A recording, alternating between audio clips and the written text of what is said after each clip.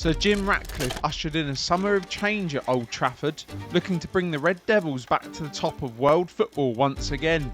Unfortunately, Erik Ten Hag's usual vices has led to an underwhelming start to the season. New signings headed straight to the treatment room, whilst the Dutchman's tactical setup has already been figured out. That is where I come in, as we go back in time to become Sir Jim's new manager for the next 3 years.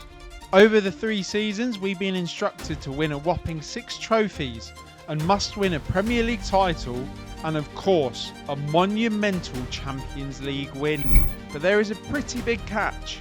Any signings must first go through our new Director of Football, Dan Ashworth. INEOS brought in the transfer guru, best known for helping the Saudis save Newcastle from relegation. So once we settle on a position that needs filling, we'll be off to the Director of Football tab to ask for 3 suggestions. Depending on the scout report and the cost, it's then up to us to choose one of the 3. Got it? Good. Before I go and make a superstar tactic that's going to win every trophy imaginable, it's worth noting that on this database, whilst the league has been correctly simulated from last season, so we will be starting in 2024, unfortunately the cups haven't been. So United have not won the FA Cup. What did happen was they lost the Europa League final to West Ham, which means the coefficient was given to England, which means instead of the Europa League, we are in the Conference League. The guy's talking absolute nonsense.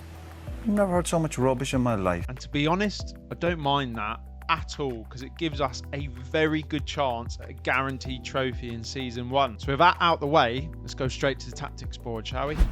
Wanting both Xerxes and Højlund in the starting 11, I settled on a very narrow 4-3-3 with Xerxes connecting a workhorse midfield with our pacey strikers Rashford and Højlund. Garnacho is being trained as a striker to cover Rashford, but with 3 up top, we now lacked an out-and-out striker to compete with the 2 big men. Unfortunately, we've got absolutely no money in the bank after Ten Hag's transfer outlay. You cheap A quick chat with Casemiro's agent revealed some interest from the Saudis, and less than 2 days later we had 56 million inbound. With the funds in the bank, it was over to Mr. Ashworth for our first INEOS signing of the rebuild. Okay, there is one option there I'm actually quite excited about. So, El Bilal Toure, Atalanta under 23s, we need somebody that can make an impact now, mate. So you are gone. Callum Wendo, I mean, I haven't got all of his stats, but 41 to 50 million from a player from Rennes. Not for me, mate. I'm not too happy about that, because it would be using up all of the Casemiro money. So he is gone, which leaves us with just Santiago Jimenez. He's been killing it for Feyenoord in real life, but I do believe we're going to be getting a Mexican striker up front for Man United. Chicharito 2.0.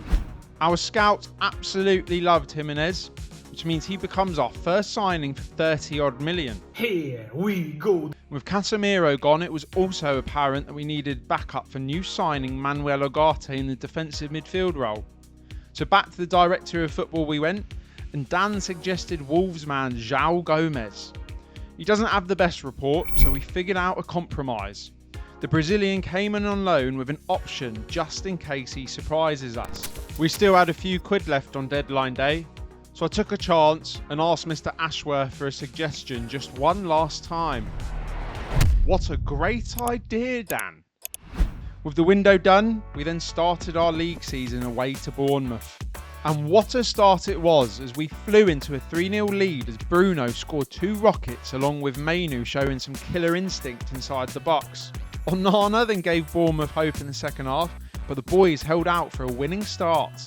Across August, our only blip was a 1-1 draw away at Brighton, but Jimenez did manage to score his first for the club.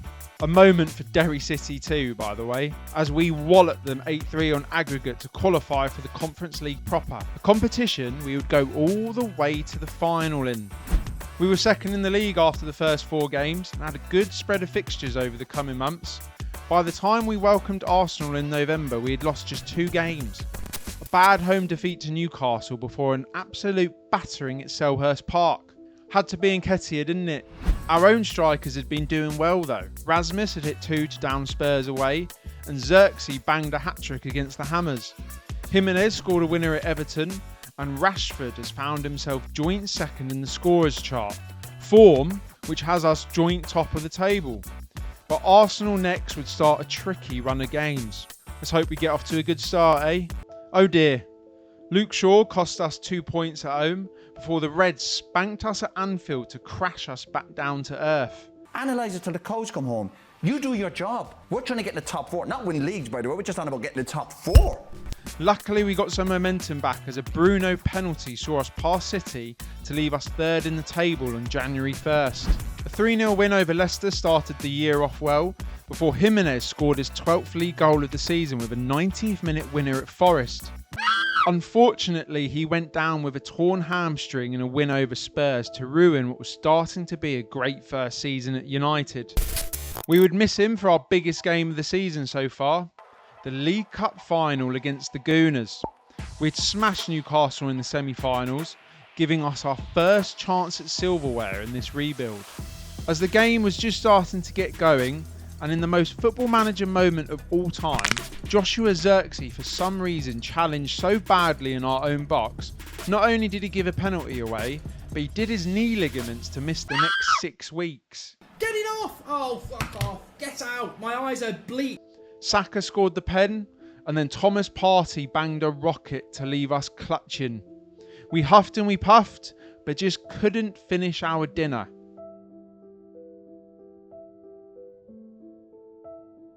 I can't stand Arsenal. We still had Liverpool in our sights though, and went unbeaten through March before Arsenal once again stopped our momentum dead. Have I mentioned that I can't stand Arsenal? With 5 games left, we were 9 points off with a game in hand. But before we could even get going, Chelsea cooked us. Get that away from me. Get that away from me. We finished the season in third, 8 points off champions Liverpool. Not a nice sight for United fans, I must admit. But I feel like it was a promising first season. And we're not done yet.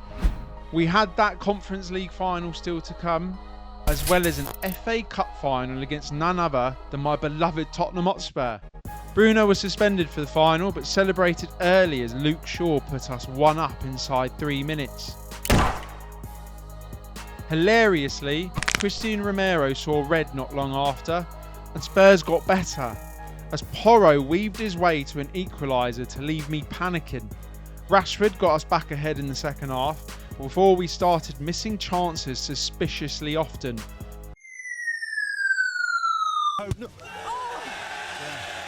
Lo and behold, Son then equalised late on to the absolute shock of nobody. As embarrassing as that was, Spurs' 10 men had no chance over another 30 minutes into extra time, as Rashford and De Ligt saw us finally win 4-2. That's what it's all about. Mentality kings. The first trophy of the rebuild ticked off, and a chance for number 2 just a few days later. Bruno was back for the Conference League final, but just 34 minutes in and he was back out as Lazio sent him packing to the treatment room. They then proceeded to park a big old Italian bus to see the game finish goalless over 90 minutes. They then took a shock lead in the first half of extra time to leave me reaching for a paper bag, but Rasmus Højlund popped up a few minutes later to equalise and possibly save our season. Penalties called, and apart from Lazio fluffing their first, it was a showcase of top quality sharpshooting. Fifth up was United's own Kobbie Mainoo, and the young lad came of age, scoring the winner to win the Conference League and our second trophy in just season number 1. A great end to season 1. 2 trophies in the bag, 4 to go. Still got to win that Prem, and we still got to win the Champions League. At least we've qualified for the Champions League now into season 2.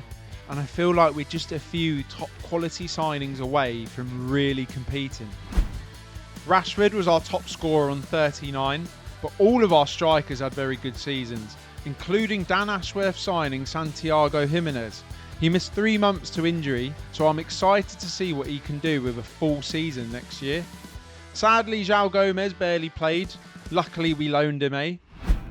So into season 2 we go, and considering we're already locked and loaded up top, it was time to focus on improving our defence. Mainly the fullbacks, as we needed genuine top class quality bombing up and down those wings. So Danny boy, what have you got for us this time? Michael Coyote. We're going to remove the other two because he's already got an A+ rating. Patterson would have been tempting for the Scottish link to Man United, but I'm sorry, boys. You are both gone because Michael Coyote, A+, potential 5-star rating. Anyone who's played this Football Manager knows that he is the man at right back. He is the wonder kid to get there. So I'm delighted Dan Ashworth has suggested him. 54 to 76 million. He's going to cost quite a lot, but he's so worth it. Already got phenomenal physicals for a guy that's only 20 years old. Dan Ashworth, mate, good job. Coyote was a no-brainer and he was brought in shortly afterwards for 60 to 70 million. So what about the left-hand side? We went back to the director of football and he suggested another Feyenoord man in Hartman. Looks like just what we need to push Shaw at left-back. Good physicals and mentals and a good cross on him. I expect him to get quite a bit of game time and by season 3 probably be our starting left-back. So with the wing-back secured, it was time to shift the deadwood. Lindelof and Malacia recouped the Coyote money, whilst Delow left for 45 million.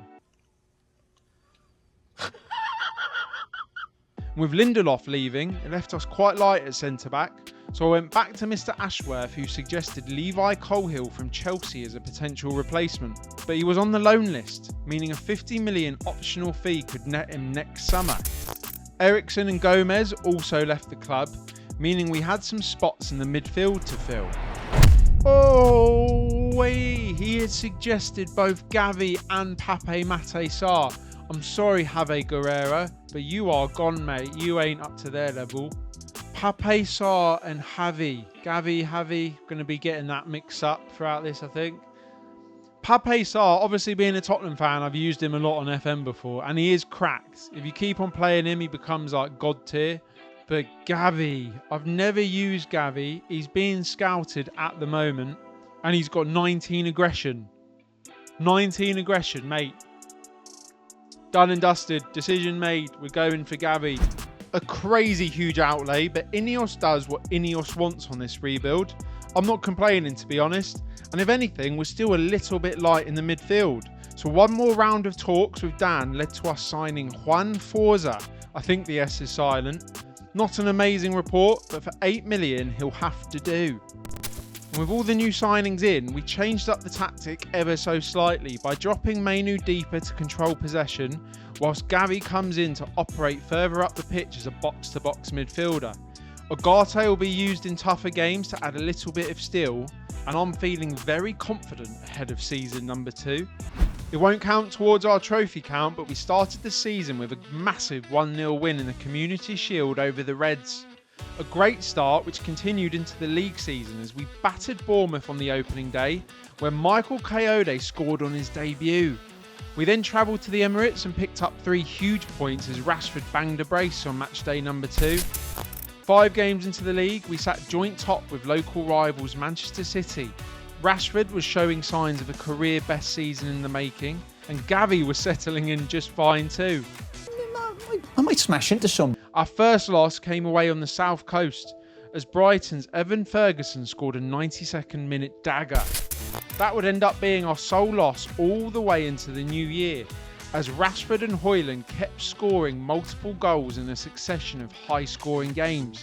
Found ourselves in a League Cup final yet again 2 months later as we matched none other than Tottenham at Wembley in a rematch from our FA Cup win last season. This time, Spurs raced into a 3-minute lead before Sonny scored a second early into the second half. Fucking knobheads. To Spurs. We got funky with the tactics and threw on our injured top scorer Marcus Rashford, and it didn't take long for the main man to make his mark. Before INEOS signing Michael Coyote completed the comeback by bulldozing his way to an equaliser. Romero then got his second consecutive red card in a final. You know, this aggression will not stand, man. And the extra man gave Coyote enough space to pay back his transfer outlay in full with a cup final winner. This one's for you, Mr. Ashworth. So 3 trophies down already in the rebuild, and we still had a chance at 3 more with 2 months left of the season. 6 points clear in the league as Rashford neared 30 league goals for the first time in his career. And we had huge games with Spurs, Liverpool, Chelsea and City to come in a season-defining run of fixtures. Unfortunately, Chelsea had too much for us at the Bridge, whooping us 3-1 to rattle the nerves so much that we played out a boring 0-0 draw at home to City to cut our leads with just 4 games left. Luckily for us, our nearest challengers Liverpool were also looking a little bit shaky, eventually drawing away to Newcastle to hand us our first league title in 12 years and a record-breaking 21st Premier League win after Liverpool had matched our record last season. Double climax and you them scouts bastards over. As we've won the Premier League for the first time as Rashford smashed his way to a golden boot with 31 goals. And we weren't done just yet, as we had beaten poor old Spurs in the FA Cup semi-finals to book a date with Man City in the final at Wembley. And it wouldn't be our only final with City this summer, as we would play our blue rivals a few days later in a historic Champions League final. We had finished 6th in the Champions League phase before smashing Arsenal in the round of 16 to send Arteta packing. It's embarrassing. It's a disgrace. That's what it is, a disgrace. Liverpool were then seen off in the next round thanks to a Xerxes winner in our first leg, before Curtis Jones got sent off to help us on our way in the second. A semi-final with Barcelona saw Gavi make a losing return to Catalonia, but a second leg pounding made sure we booked an unlikely final showdown with our ultimate opponents in Pep's Manchester City. The first round of our double header in the FA Cup started pretty drab, to be honest. Goalless at the break, something had to give in the second, and it did, as Rashford shat on his season with a reckless red card. Shocking. I am disgusted with it. After a few tactical chess moves from yours truly that left Pep scratching his big bald head, first season signing Santiago Jimenez pounced on an Ake mistake to set up Alejandro Garnacho for a shock late lead. Running down the wing, hey United say, Viva Garnacho! More Mexican magic than won us a penalty, as the forgotten man Mason Mount tucked it away to settle the game and secure a domestic treble. What on earth is going on in this season? City were out for blood in the rematch in the Champions League and raced into a 2-goal lead through Jack Grealish and a lucky goal by Gvardiol that would have EA smiling ear to ear. It's terrible. Half-time would see us once again work some magic, as Shaw replacement Hartman made an immediate impact by smashing in an early goal to give us hope. As I was attempting to work more tactical wonders, a flashing screen had me turning around to see that Xerxes had scored a lovely finish to equalise. Just go about cancelling all of that then.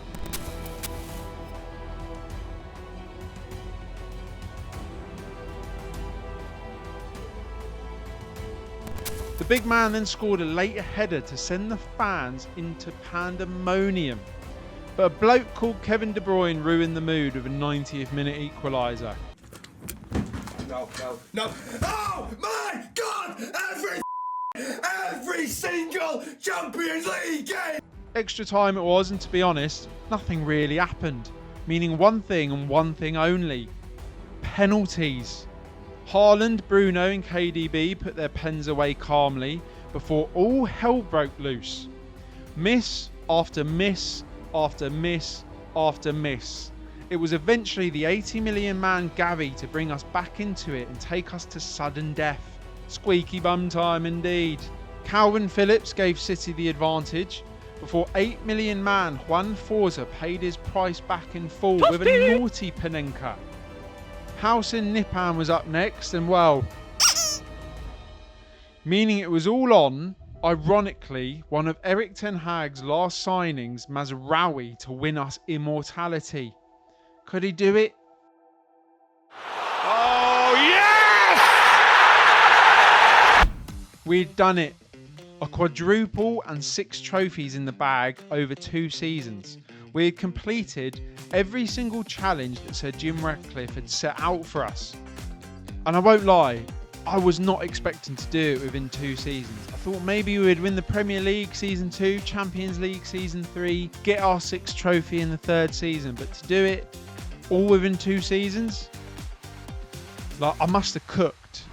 But what type of manager would I be if I just sat on my laurels? So we're going to take on a cheeky bonus challenge. Okay, so the bonus objective is we're going to be using Danny Boy once again, and we're going to be trying to sign the best player possible from his suggestions list. So we're going to be going through a whole bunch of positions, and whoever we think is like the best player on this game, the biggest superstar, we're going to sign them, obviously, and then we're going to try and get them to win Footballer of the Year or Player of the Year, whatever they call it in the Prem. The biggest problem will be choosing who to drop, as everyone had, as you would guess, pretty good bloody seasons. 51 goals in all competitions for Ashworth, by the way. Nice. And a special mention for Coyote, who hit double figures for both goals and assists from right back. Nobody was really tickling our pickle when it came to Ashworth's suggested signings for our superstar season, until we clicked on the attacking midfield role. Florian Wirtz. That is more like it, Mr. Ashworth. He has been suggesting some absolute poo bags, mate. Like, they've been so bad. But Florian Wirtz, I can get behind. Right, he's going to cost 90 million, A+ signing. I've signed him before on other saves, and he is unreal on this game if you play him correctly. Very good stats. He's unhappy as well. He's also wanted by Real Madrid, so we're going to have to act fast. So what I think is going to happen is he's probably going to take Xerxes' spot. I know Xerxes won us that Champions League, but just for the objective, I think that's the move. So let's go and sign him. 90 million quid later, and Florian Wirtz was the latest signing for the Red Devils. With 90 million quid leaving the club though, we had to go and sell Manuel Ugarte for 77 million to Real Madrid. Have a great time. In order to make some room for other recruits, specifically signing Colehill for his buy clause after a very good loan season, as Harry Maguire was leaving the club on a free. Yes, it took 2 seasons to get rid of that lamp. With no more money left, it was all about trying to get Wirtz into our system. We were going to play him as a striker, either as a deep-lying forward or as a false 9, but in order for him to be effective, we got him to start training to place his shots. And the German got off to a fantastic start. First, getting a brace over Liverpool in another Community Shield win, and then got another 2 as we beat Villa in the European Super Cup. By the time we hit November, we sat top in a mighty close title race, with our only loss being away to the Gunners yet again. They are the bane of my life, I'm telling ya. Wirtz, though, was loving life as a striker. He hit braces and wins over Leicester, Chelsea and Fulham, currently outscoring our very own Marcus Rashford by 2 goals in the league. The new year hit fast and furious. We were still top by a point, but had suffered a nasty home loss to rival City in revenge from last year's final defeats. What? Wirtz had missed a few games through ligament injuries, but came back to see us complete a perfect month to start 2027. We didn't lose actually into our second leg Champions League knockout round, where a Hartman red card had us concede the European Championship in the round of 16, as PSG sent us packing. Wirtz was still firing though, and banged 3 against a Palace team rocking Neymar. We still sat top with 2 months left of the season, and our German superstar was still leading the way top of the charts. The Germans. Unfortunately, by the time we reached the last 3 games, 2 Haaland goals and a stern Spurs defence had us drop 4 points to leave us a single point ahead of Arsenal. I cannot let the Gooners beat me in our 3rd and final season to the league title. It's not happening. Not happening, boys. In fitting fashion though, they then went and lost the North London derby 3-0 to hand us our 2nd league title in 3 seasons. Yeah, I'm a genius. We headed into the final league game at Leeds with not much to play for apart from make sure Wirtz finished at the top of the average ratings charts. And he did all he could to make sure he did, as he wrapped up a sensational debut Premier League season by scoring our winner with a composed finish that ended up relegating poor old Leeds. 21 goals for the season, and 3 more than Erling Haaland of all people. Highest rating in the league to boot, We now had to wait for the FA to announce the Footballer of the Year. In the meantime, we had an FA Cup final to hopefully end our 3-year stint with even more glory. Our opponents would be none other than first-time finalists Newcastle. Honestly, I will love it if we beat them. Love it. I'm not sure what it is with red cards in finals, but 75 minutes into a cagey, boring, scoreless final, Bruno, Newcastle's one, got sent off for an early shower after a disgusting challenge. Our Bruno then put one on Rashford's head for 1-0 before a car crash saw us lose both Bruno and Onana to injury. Shame we don't have a sub-keeper on the bench. Xerxes? Big man Xerxes was lumped in goal and, to nobody's surprise, conceded very soon after. We went for it in response, not wanting to concede any more shots, let alone goals, first hitting the bar via a Højlund header before we were awarded a free kick out wide in injury time.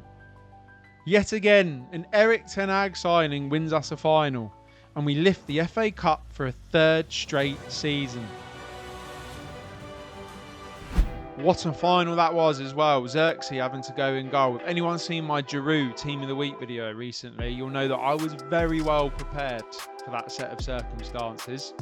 So we won the FA Cup and we won the Premier League. So that's 8 trophies over the 3 seasons. Smashed our 6th trophy goal. Phenomenal. Pat on the back. Is that not what you're supposed to do? And all we need to know now is whether Wirtz has won the Player of the Year or Footballer of the Year, whatever they call it. But drum roll, please. And of course he bloody did it. Of course Wirtz did it. You couldn't deny him. 21 goals, 4 assists. His assists are actually quite low for a player of Wirtz's calibre. But there we have it. The bonus objective done and dusted. Which means we've done absolutely everything on this rebuild. Not really too much more else to say. Just like, subscribe. Let me know in the comments who you'd like to see me do next. And yeah, I'll see you in the next one. See ya.